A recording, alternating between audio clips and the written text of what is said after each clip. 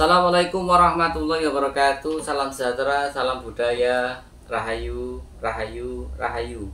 Berjumpa lagi dengan saya Mas Soho di channel Pusaka Jawa Official. Alhamdulillah wa syukurillah.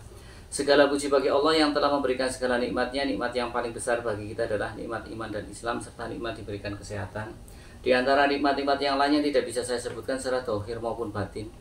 Salawat serta salam semoga selalu tercurah kepada junjungan Nabi besar kita Nabi Muhammad SAW serta keluarganya, sahabatnya, serta pengikutnya ila yaumil akhir. Allahumma ij'alna minhum. Semoga kita digolongkan umat Rasulullah SAW dan mendapatkan syafaat dari beliau kelak di akhirat nanti. Semoga Allah Subhanahu Wa Taala melindungi iman Islam kita sampai nafas terakhir kita, sampai ajal menjemput kita, sampai kita mendapatkan hadiah berupa gelar hamba-hamba yang mendapatkan gelar husnul khotimah. Diawali dengan bismillah, diakhiri dengan alhamdulillah. Sahabat Pusaka Jawa dimanapun Anda berada, semoga sahabat Pusaka Jawa selalu dalam keadaan terbaik dalam lindungan Allah Subhanahu Wa Taala, dijauhkan dari segala macam mara bahaya baik zahir maupun batin, dijauhkan dari segala macam musibah baik musibah banjir, angin topan, longsor, gempa bumi, kebakaran, gunung meletus, musibah rumah tangga, musibah hati, musibah pikiran, musibah apa saja yang tidak bisa saya sebutkan secara rinci. Sahabat Pusaka Jawa yang sedang terpuruk ekonominya, semoga Allah bukakan keran rezekinya lebar-lebar dan mendapatkan rezeki yang berkah berlimpah sampai ke anak cucu. Sahabat Pusaka Jawa yang sedang sakit, semoga Allah angkat penyakitnya, diberikan kesehatan, kesembuhan, serta diberikan ganjaran berupa pahala karena telah sabar dalam menjalani cobaan berupa sakit. Alhamdulillah wa syukurillah. Sahabat Pusaka Jawa dimanapun Anda berada, semoga sahabat Pusaka Jawa tetap semangat dalam menonton channel YouTube saya. Alhamdulillah pada siang hari ini saya bisa membuat video. Alhamdulillah Allah ridho sehingga saya bisa membuat video kali ini. Video yang pertama saya dari awal sampai akhir selesai sahabat Pusaka Jawa. Ternyata begitu saya mau matiin kamera, Allahu Akbar, kameranya belum nyala. Jadi dari tadi saya hampir mau 1 jam ngomong tok. Ya sih nggak apa-apa lah. Artinya namanya manusia, ya manusia itu tempatnya salah. Ya membela diri. Sahabat Pusaka Jawa dimanapun Anda berada, yang akan saya babar pada pusaka ini adalah pusaka yang cukup unik. Kenapa cukup unik? Karena saya baru lihat ada dapur ganan look 13. Tapi yang ganan yang ini, kalau ganan yang lain banyak. Kita ketahui kalau dapur ganan, jelas biasanya ganan itu kalau orang-orang tosan aji, orang-orang sepuh mengatakan dapur yang mempunyai stilasi gambaran seperti halnya singo, naga, sona atau monyet, kemudian umyang atau orang duduk, kemudian ada gajah atau juga ada garuda. Nah, yang akan saya babar apa? Nah, nanti dulu. Nah, ini buat kesemangatan, dan looknya ini adalah look yang paling tinggi di Pakem. Kalau bicara look paling tinggi di Pakem, untuk pecinta tosan aji pasti tahu, karena di atas look itu ikutnya adalah look kalawijan atau ada yang bilang palawijan, ya, atau nyeleneh atau khawarikul ada.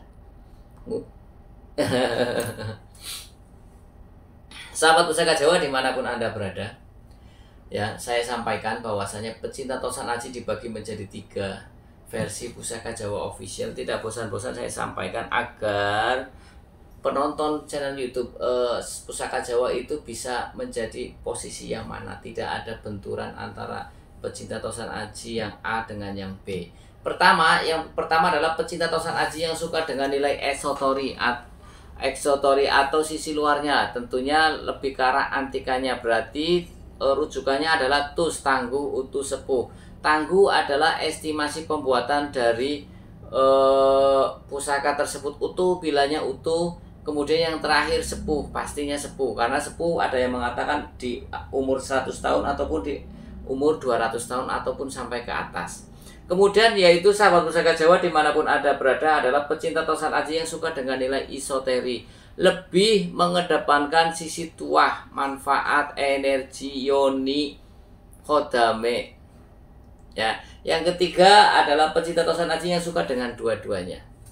Nah, bagi pemirsa atau penonton Pusaka Jawa channel official ini, Pusaka Jawa official ini channel ya, Anda bisa memilih, oh saya lebih suka kepada antikanya, karena kalau bicara antikan lebih objektif, kemudian nilai ekonominya jelas. Kalau bicara tentang isoteri, nilai ekonominya terserah. Ya, karena Tosan Aji memang tidak jauh dari hal seperti itu, karena dari awal pembuatannya, dari bahannya pun dipilih, awal pembuatannya pun melibatkan antara dohir dan batin. Kenapa melibatkan dohir dan batin? Itu melakukan tirakat sang empu. Kadang juga ketika keris itu dibikin, si pemesannya pun disuruh puasa. Suruh puasa dengan wirid seperti ini, agar bisa menyatu antara keris dengan doanya sang empu dan juga doa si pemesan. Ya, makanya keris itu diakui oleh UNESCO pada tahun 2005 kalau tidak salah, itu dikatakan non bendawi, di mana keris itu seperti mempunyai ruh. Ya, seperti mempunyai ruh. Ya, itu wajar kalau mempunyai ruh, karena doa-doa yang disematkan pun banyak. Dan pada bila pusaka Tosan Aji, ya saya bilang Tosan Aji tidak cuma keris saja, pedang, badik, tombak, dan yang lain-lainnya. Itu kan besi sendiri mempunyai energi. Dan itu bisa dibuktikan sekarang. Ada ilmu metalurgi, ada alatnya. Ya, kandungan besinya berapa, energinya berapa. Kemudian sahabat pusaka Jawa, ya, diisi dengan doa-doa yang akhirnya tetangga sebelah pun suka dengan energi besi yang ada di situ, kemudian diselaraskan masuk stay atau bertempat tinggal di pusaka tersebut. Makanya Tosan Aji kadang mempunyai pengaruh yang besar. Ada ketika dikeluarkan, ada yang bisa mendatangkan hujan. Bukan bisa mendatangkan, artinya wasilah dengan pusaka itu, kemudian Allah menurunkan hujan. Yang menurunkan hujan Allah. Doa-doa yang khusus disematkan pada bila pusaka itu termasuk salah satunya seperti itu. Ada yang singkir angin, ada yang singkir angin, geni, seperti itu. Ya, ada yang kadang kalau singkir geni itu mempunyai isaroh. Kadang mempunyai rumah itu koslet, tidak jadi kebakaran, cuman hanya koslet aja, dibikin sangit aja. Karena kita tahu banyak sekali terjadi kebakaran di kota-kota besar yang akhirnya satu rumah kebakaran, tetangganya ikut kebakaran. Dulu saya pernah tinggal di daerah Jakarta, di Karanganyar tahun 2004. Saya kan di Gang 7. Itu kebakaran, hampir 400 rumah. Tahun segitu paling besar se Asia Tenggara, kebakaran paling besar. Saya tinggal di situ. Ada satu rumah pas kebakaran itu di atap itu ada ayam jago nongkrong. Coba. Padahal di situ tidak ada yang piara ayam. Dan rumah itu lama sekali kebakarannya. Rumahnya orang Chinese. Ya pasti ada pusaka yang di situ. Ya saya saksinya. Ya. Itu setelah itu ada orang ayamnya disuruh pergi-pergi. Setelah ayam itu pergi, itu rumah rata. Kemungkinan besar itu bukan ayam sungguhan, sahabat pusaka Jawa. Ya. Nah, sahabat pusaka Jawa dimanapun Anda berada, saya akan babar bila pusakanya. Kita ambil bila pusakanya. Pusakanya ini memakai warongko warna hitam. Ini jelas warongko baru, dimana saya pesan karena warongko yang aslinya rusak. Yang kedua, sahabat pusaka Jawa, saya suka dengan warna hitam. Ya, berkesan cool. Ya, berkesan dingin, berkesan pingit. Warongkonya ini adalah warongko gaya Manga Yogyakarta, Wondo, Banaran. Kita ambil bila pusakanya. Bismillahirrahmanirrahim. Sahabat pusaka Jawa dimanapun Anda berada, kita lihat bila pusakanya cukup gagah, tampilannya pun cukup enak dipegang. Ya, ini condong lelenya jelas tegap berdiri. Pegang keris ini PD-nya banget. Ya, kita ukur, kita hitung dulu looknya berapa. I all san se u liu ci pa ciu se all se 13. Look 13, look paling tinggi di pakem. Ya, nanti kita babar makna filosofi dari look 13. Kemudian saya dekatkan ke kamera. Ya, kita lihat ke kamera, ini pamornya. Pamornya pun pure deling. Ya. Terus ke bagian sor-soran ini saya kasih unjuk. Nah, ini detail. Ini jelas berbentuk kepala. Di sini ini belalai, kembang kacang, di bawahnya ini jalen, jelas. Ini seperti mulut, seperti gading kecil. Ya, kemudian di tengah sini ini ada sobekan. Ya, nanti kita bahas satu persatu ya. Oke. Sahabat Pusaka Jawa dimanapun Anda berada, ini adalah look 13, kemudian di bagian sor-soran sini, di bagian gandik, itu stilasinya adalah kepala gajah. Kalau di Tosan Aji namanya liman. Berarti dapur keris ini adalah dapur liman look 13. Kita jelaskan tentang pamornya, pucukan bilanya, bagian ricikannya. Kita lihat ricikan bilanya ini di atas ini, pucukan bilanya adalah Yujen. Kita ketahui pucukan bila itu ada 6, Yujen, Anggaba Kopong, Nugi Pinetet, Mumyang, kemudian Nguduk Gambir, satu lagi Ambu Tutumo. Ya, kemudian kita bahas tentang gonjonya. Gonjonya ini ikutnya gonjo wung, dimana gonjonya agak rata ya. Kemudian yang bikin kita lihat di bagian bawahnya, gonjo bagian bawahnya ini nguceng mati, lancip, bukan lonjong lagi, dia lancip. Karena untuk digonjo ada yang sirah cicaknya bentuknya sirah cicak, ada yang bentuknya endas tekek lebih besar lagi, ada endas cicak atau sirah cicak. Ini bentuknya seperti nguceng mati, ikan uceng yang mati, lebih ramping. Biasanya kalau untuk untuk gonjo yang uceng mati itu untuk keris-keris yang sepuh, sahabat Pusaka Jawa. Keris-keris yang sepuh. Terus biasanya keris-keris wetanan, Mataram, Anyaan. Ya. Sahabat Pusaka Jawa dimanapun Anda berada, sekarang kita babar tentang ini sekar kacang atau kembang kacang. Kembang kacangnya ikutnya gelung wayang. Kita ketahui kembang kacang ada gelung wayang, ada pokok, ada bungkem, ya, ada nguku bimo. Ini gelung wayang. Ya, kemudian sahabat Pusaka Jawa kita lihat tentang pamornya. Ya, tak ulangi lagi. Ini pamornya dari pangkal sampai ke ujung. Motifnya urat-urat atau garis-garis tidak beraturan seperti pada kulit semangka. Ini adalah pamor ngulit semangka. Pamor ngulit semangka tergolong pamor melumah. Pamor ngulit semangka tergolong pamor yang tidak pemilih. Artinya siapa saja bisa memilikinya. Karena memang kalau bilang tidak pemilih berarti ada pamor yang pemilih, yang memang diperuntukkan atau lebih cocok kepada jabatan atau karakter orang tertentu. Nah, pamor ini berarti siapa saja bisa memilikinya. Sebagian pencinta keris beranggapan pamor ngulit semangka memilih tuah atau angsar adalah untuk memperluas pergaulan dan juga untuk kerezekian. Korelasinya apa? Ketika kita luas pergaulannya, insya Allah kita dalam mencari rezeki itu mudah. Cocoknya buat apa? Buat siapa, Mas Oo? Untuk pamor cocoknya untuk siapa saja, karena di sini tidak pemilih. Cocok pula buat orang yang introvert agar dia tidak menjadi orang yang introvert. Orang yang tidak suka bergaul, lebih banyak menyendiri atau lebih mengerjakan sesuatu, lebih enjoy dengan sendiri. Agar orang itu bisa bersosialisasi dengan banyak orang. Cocok dengan orang yang banyak di lapangan.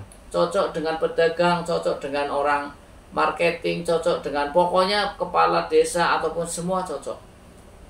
Karena begini sahabat Pusaka Jawa, tidak ada orang yang sukses besar tanpa dia luas pergaulannya.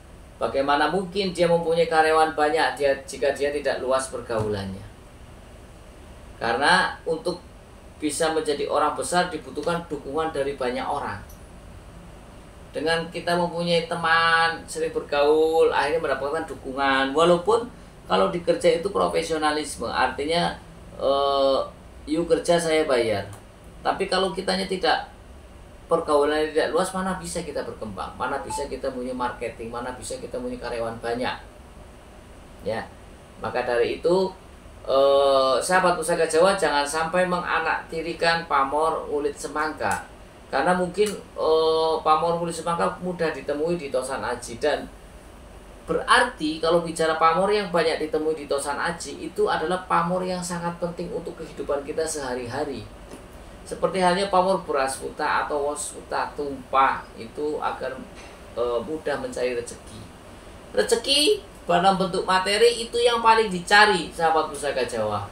Ya kan, kalau kita mudah mencari rezeki, perut kita nyaman, keluarga kita senang, yang punya pacar pun bahagia, bisa ngapeli, yang punya anak istri pun tercukupi kebutuhannya. Murid semangka pun sama. Banyak ditemui, dan untuk tangguh yang sangat sepuh, ya rata-rata kayak betok dan lain sebagainya, itu pamornya kalau nggak wasfuta yang murid semangka. Jadi pamor murid semangka maupun pamor wasfuta itu tergolong pamor yang sangat sepuh sebelum adanya pamor miring seperti ron genderu, blarak sineret, mayang mekar dan lain sebagainya, kembang kopi. Seperti itu sahabat Pusaka Jawa. Ya, jadi memang pamor murid semangka tergolong pamor yang banyak dibutuhkan oleh orang, sangat pentingnya, sehingga banyak diproduksi untuk kehidupan kita semua. Sahabat Pusaka Jawa dimanapun Anda berada, kemudian kita babar tentang makna filosofi dari Luk 13. Makna filosofi dari Luk 13 adalah agar si pemilik Luk 13 itu mempunyai stabilitas jiwa dan juga status sosialnya dia stabil. Karena apa? Di umur kita yang semakin bertambah, kita dibutuhkan stabilitas jiwa. Kita menjadi orang yang bijaksana, tidak angin-anginan, anak angin ngulon-ngulon, ngetan-ngetan, ngalor-ngalor, ngidul-ngidul, tidak seperti itu. Punya prinsip. Status sosialnya pun tetap stabil. Kadang ada orang yang ketika mudanya jaya, ketika tuanya terpuruk. Nah, di sini Luk 13 doa dari Sang Empu, harapannya agar ketika kita mempunyai sesuatu itu langgeng. Walaupun tidak langgeng, karena manusia tidak ada yang langgeng. Artinya lama kita memilikinya, tidak gampang jatuh. Luk 13 seperti itu, sahabat Pusaka Jawa. Jadi jangan heran Luk 13 itu banyak dicari. Kita ketahui Luk 13 yang terkenal sengkelat. Padahal tidak cuma sengkelat, ada parung sari, ada juga sepokal. Banyak Luk 13 itu. Ya. Dari doa dan harapan dari Sang Empu, pemilik Luk 13 itu dia stabil secara kejiwaan maupun secara status sosial, tidak mudah terjatuh. Yang sudah menjadi lurah, yang sudah menjadi RW bertahan, jadi juara bertahan anggota DPR, baik DPR tingkat daerah maupun DPR tingkat pusat, dapat bertahan lama, gitu ya. Yang paling penting adalah stabil jiwanya. Banyak orang ngedon, sakit, entah itu depresi, entah itu stroke, karena mentalnya tidak stabil. Ketika mempunyai cita-cita tidak tercapai, akhirnya down, kepikiran, stroke, kan seperti itu. Ya, jadi memang saya pernah mengalami, bahkan mungkin setiap manusia mengalami satu kejadian di mana dia bikin sangat terpukul sekali. Jika tidak ada nasrullah, pertolongan dari Allah, kita bisa jadi gila, tidak kuat. Tapi karena Allah memberikan pertolongan, entah itu pertolongannya lewat teman, entah itu pertolongan lewat doa-doa dari Sang Empu, kita memiliki pusaka. Ya, akhirnya kita yang namanya kena masalah, tidak ada orang yang tidak kena masalah. Bu kiai, bu pendeta, bu ustadz, bu biksu, tiap hari pun ada masalah. Ya kan, tapi kita bisa melaluinya dengan baik. Nah, itu makna filosofi dari Luk 13. Makanya Luk 13 cocok buat siapa? Cocok buat semuanya. Cocok untuk para pemimpin. Jangan sampai yang namanya pemimpin emosinya nggak stabil, ngomongnya nggak bener, nyakiti rakyatnya, ya disepatani. Ya nggak? Kamu jadi pemimpin juga karena adanya bawahan. Ojo adigung adiguno, ojo sombong. Karena hari apes tidak ada yang tahu, tidak ada di kalender. Jadi begitu makna filosofinya. Sahabat Pusaka Jawa dimanapun Anda berada, sekarang kita babar tentang retaknya pada bilah Tosan Aji ini.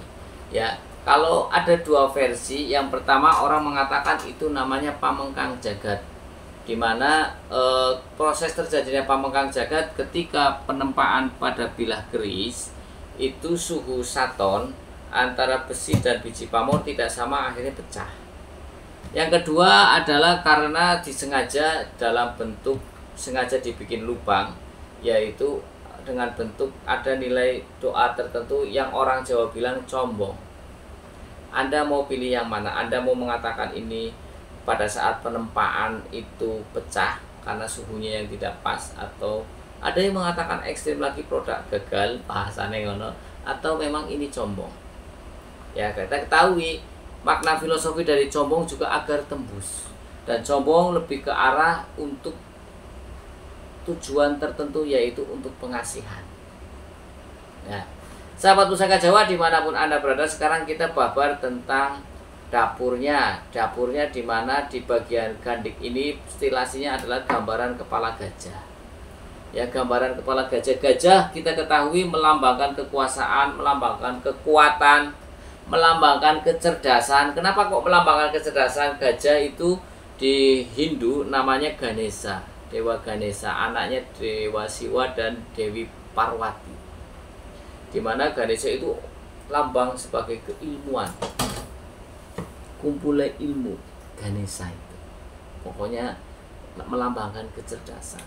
Jadi kemudian kita sering temui dapur-dapur liman itu ada banyak ditemukan di Tangguh-Tangguh Cirebon, sahabat Pusaka Jawa ya, Tangguh Cirebon. Karena di Cirebon sendiri banyak sekali keris-keris liman. Kemudian juga di Cirebon sendiri juga ada kereta Peksi Naga Liman, di mana perpaduan antara burung Garuda, naga, gajah dijadikan satu dan dikombin, kemudian bentuknya dijadikan kereta. Walaupun kereta yang sekarang dipakai adalah kereta duplikat karena yang aslinya sudah sangat sepuh, tapi tetap ada disimpan di museum sana di Kasepuhan kalau tidak salah. Sahabat Pusaka Jawa dimanapun Anda berada, berarti liman itu melambangkan kekuatan. Gajah itu kekuatan, orangnya harus kuat. Doa dari semua seperti itu. Sampai kekuatan, dia punya kekuasaan. Ya, sudah kekuatannya kuat, kekuasaannya pun ada, dia juga cerdas. Nah, sahabat Pusaka Jawa dimanapun Anda berada, sekarang kita lihat warna besinya. Besinya ini hitam kebiruan, sahabat Pusaka Jawa. Kalau bicara hitam kebiruan adalah besinya besi Karangkijang, di mana besi Karangkijang adalah besi panditone besi.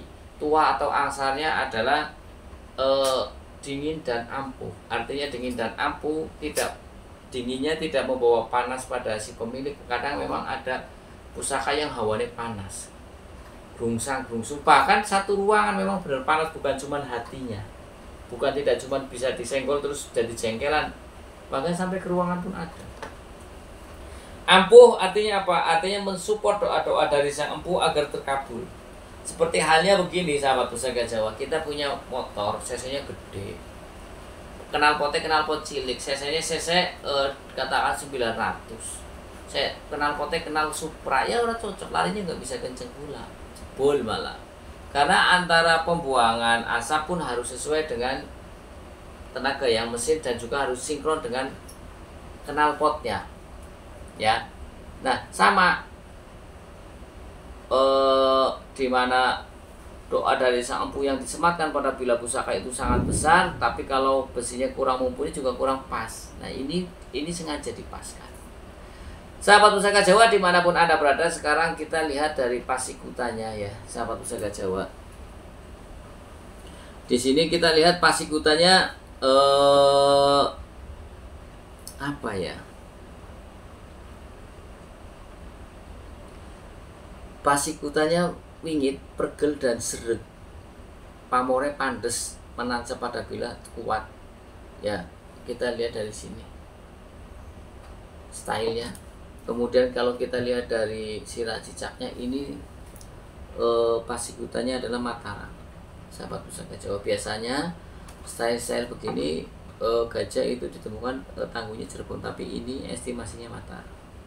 Dari konjonya, dari eluknya, dari condong lelehnya, Mataram. Ya, kita ketahui Mataram dibagi tiga, ada Mataram Senopaten, Sultan Agung, terus Mataram Kartasura atau Amangkurat.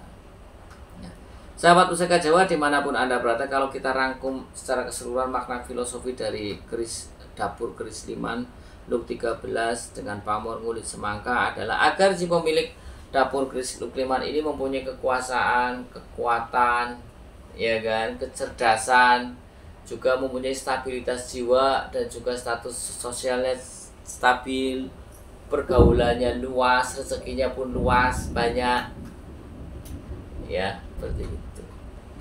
Jadi enak ini dapur 5 ini. Karena kita ketahui dapur-dapur Ganan dulu hanya boleh dimiliki oleh golongan bangsawan saja, seperti Singobarong, Naga, itu hanya boleh pangeran, raja saja. Jadi memang keris juga melambangkan status sosial.